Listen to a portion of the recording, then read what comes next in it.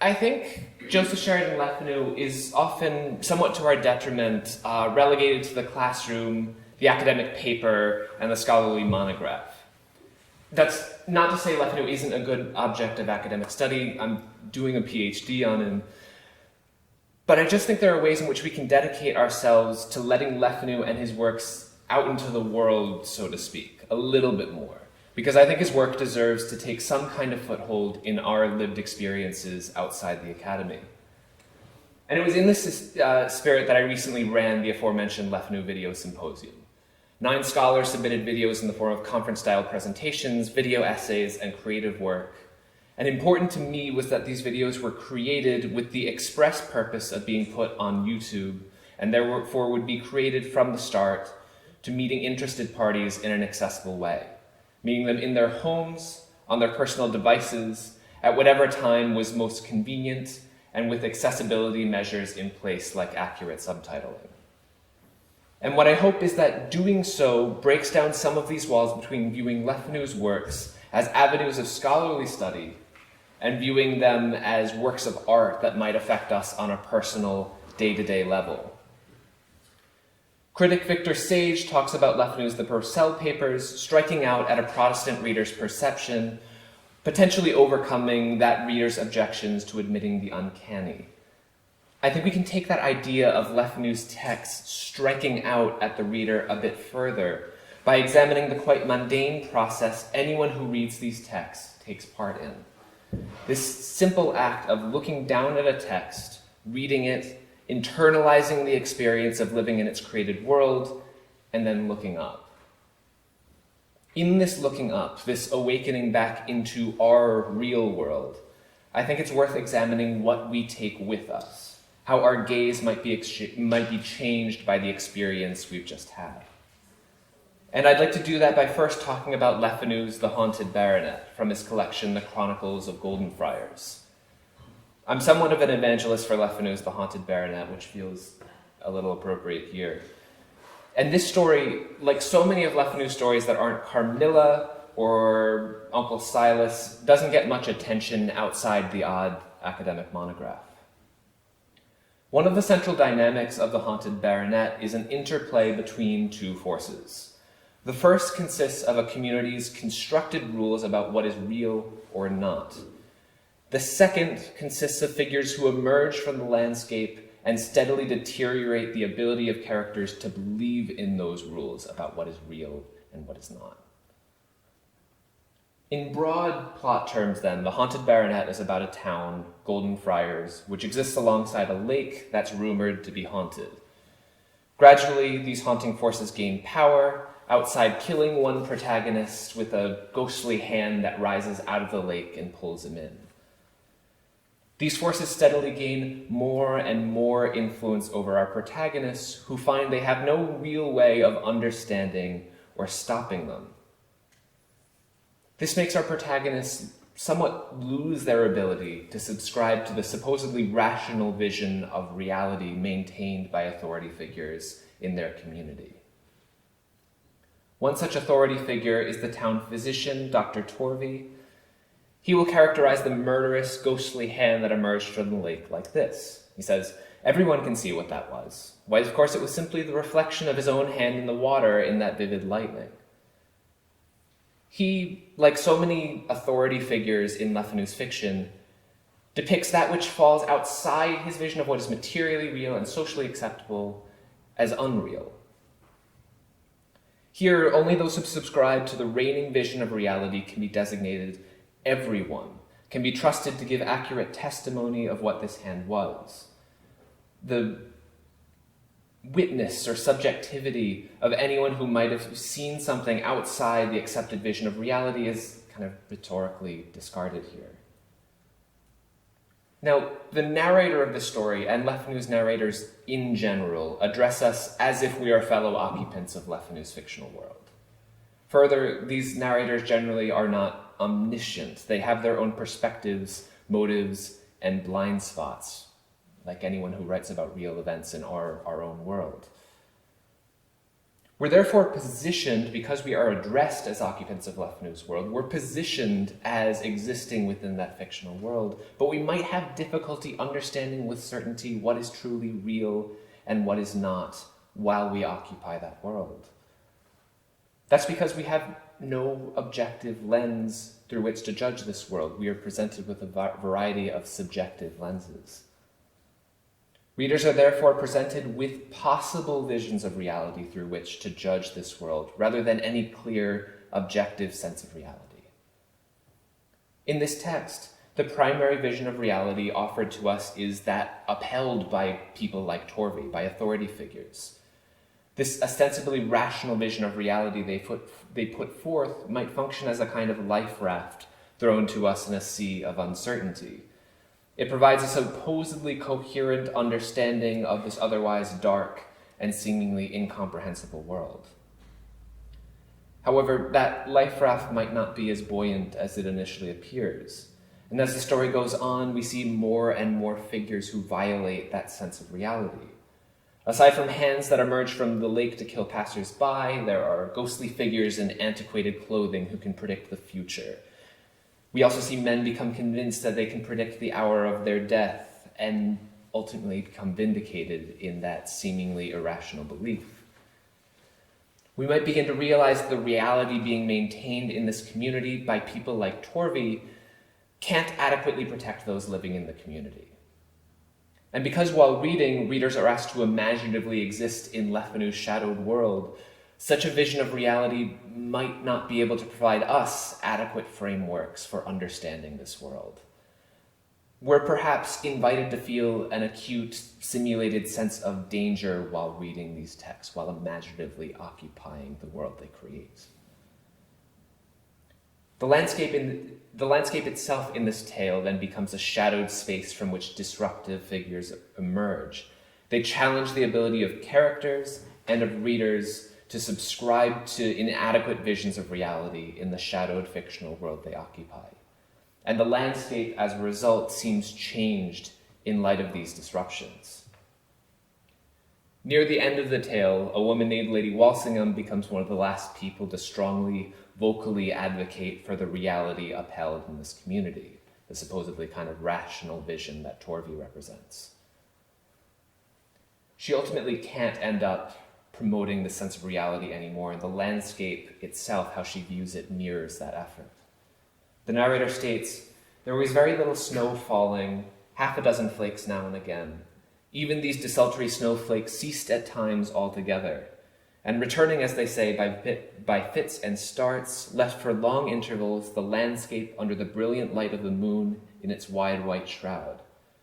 It seemed to Lady Walsingham that the moonbeams had grown more dazzling, and the outstretched arm of the old tree looked bigger and angrier, like the uplifted arm of an assassin who draws silently nearer as the catastrophe approaches.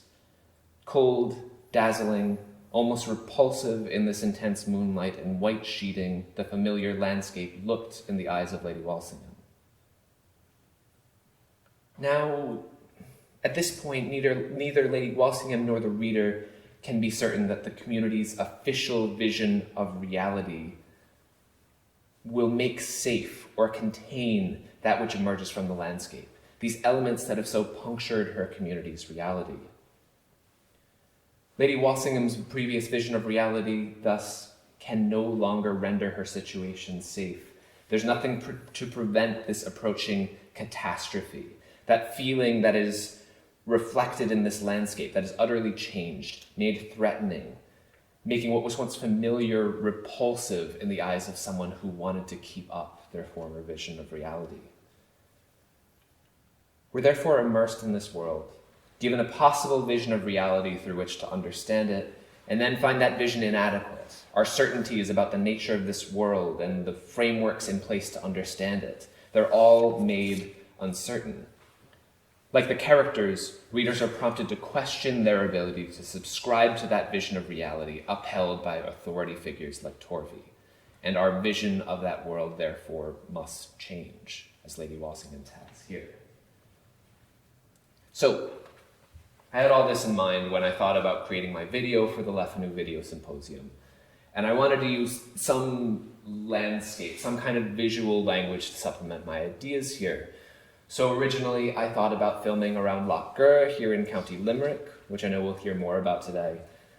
Doing so wasn't ultimately practical, so then it occurred to me to set my video in a landscape far from any place Fanu ever visited. I was with family in America for much of the past summer, so it occurred to me I could set it in my hometown, in New England, at a reservoir that somewhat resembles my own vision of the lake in the Haunted Baronet. But while that might have been an aesthetic similarity, what occurred to me when I looked up from the Haunted Baronet to think about this location was that feeling the story gave me, which I've just described. That feeling of existing within a particular vision of reality and having that vision disrupted. This idea of a landscape as a source of figures who disrupt formulations of what is real and acceptable made me look on this location in a new way. This park, in terms of its function, is essentially dedicated to allowing people in this suburban American town to experience a bit of nature, get exercise, and ultimately provide a bit of relief from lives dominated by jobs, childcare, schooling, etc. It's officially described on the town's website as the town's, quote, oldest park. The park was dedicated in 1938 and served as the primary outdoor recreational area for the town of South Kingstown. In essence, the park can be figured into a quite narrow role within the wider framework of the community. It's a place of recreation and respite to complement the wider existing suburban American social fabric. But what becomes striking here after existing in the Haunted Baronet's world are those figures that emerge from the real-world landscape, which occasionally appear and puncture that quite limited narrative of this park's purpose. In particular, what struck me most powerfully were the unhoused people who live in those woods around the reservoir. You'll be, walking your dog and suddenly find yourself in front of a tent, or you'll see someone who lives out here walking a nearby baseball diamond because it's one of the only places they can find to actually pass their time. Critic Bianca Del Villano explains that the figure of the ghost can be a sublime instrument that can open the door to what is beyond reason and breach the wall of reality represented by culture. The unhoused people in this real-world park, which is pictured here again, who I completely avoided filming, to maintain their privacy, are not fearful like a ghost, and especially not like a ghostly hand that can pull you into a lake. However, they do similarly function to poke holes in this park's ostensible purpose within a wider social framework. The park's designation as a recreational area is disrupted by the realization that it is a place of desperate shelter.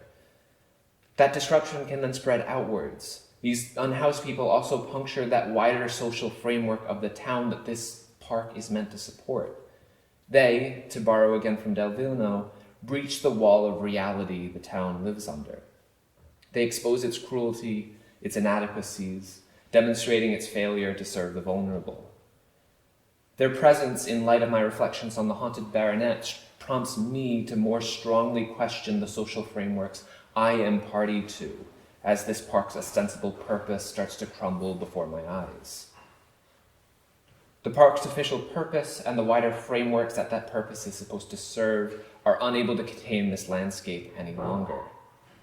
And throughout the video, where I explain all of this in a bit more depth, I flipped back and forth from Fanu's world to mine, mirroring this process of looking down at and up from the text, showing how the experience of Fanu's fictional world can better awaken us to the flawed frameworks we are made party to in our own world.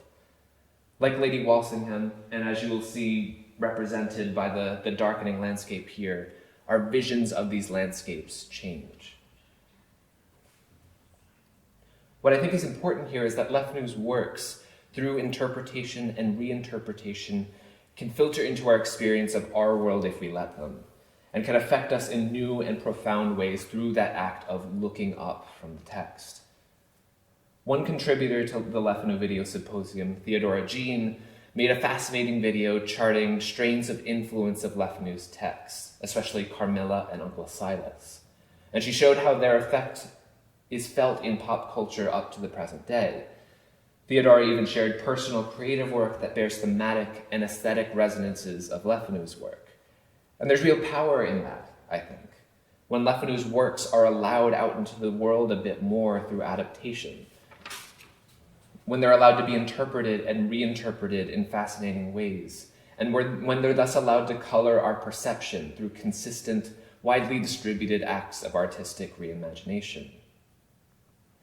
Perhaps this act of artistic reinterpretation is another way in which Le Fanu's texts can function as, to borrow from Bianca del Villano again, sublime instruments that tune our perceptions to different frequencies. Here again, Le Fanu is made to powerfully and personally encounter us in our world, coloring our vision of that world when we look up from the text. And that's an energy I think is present in this festival, for example. We're brought here to landscapes Le Fanu knew, and now when we leave this church and look up on them, they will have been changed. The Le Fanus are invited into our everyday gaze as we raise it outside. This is an idea explored extensively by Dr. Katie Mishler in her video for the Le Fanu Video Symposium.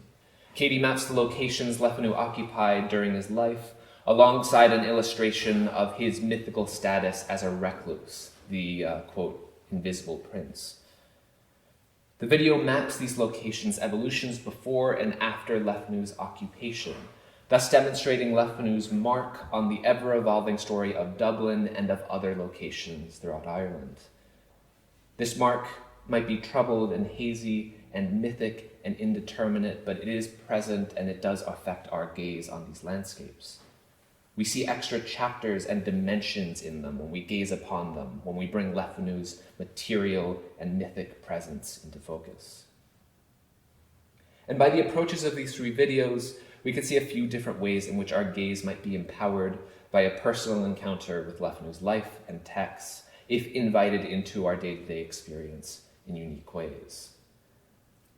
I don't truly know where to take this idea next, but I think it's important for us to consider spaces where we can integrate Le Fanu into our world a bit more, and to allow this to happen with more of Le Fanu's works than just Carmilla and Uncle Silas, and to allow this to happen with our knowledge of the Le Fanus and their sometimes mythic status, where we might not just look at them as materials for a new paper or manuscript, but where we might examine how they affect us when we finally glance up from our reading and from our study and from listening to people like me badger on about Le Fanu for 15 to 20 minutes. I have to especially credit participants of the Le Fanu Video Symposium for taking up that challenge of bringing Le Fanu into daily life a bit more, and just saying if you go on YouTube, you can find all these videos and like, share, and subscribe, and, you know, let your families all gather around to watch a few 20-minute videos on Le Fanu. These efforts, I think, can allow the phantasmic presences of Le Fanu's real and imagined landscapes into our world, to imaginatively roam about our own landscapes and productively, if catastrophically, alter them. Thank you all very much.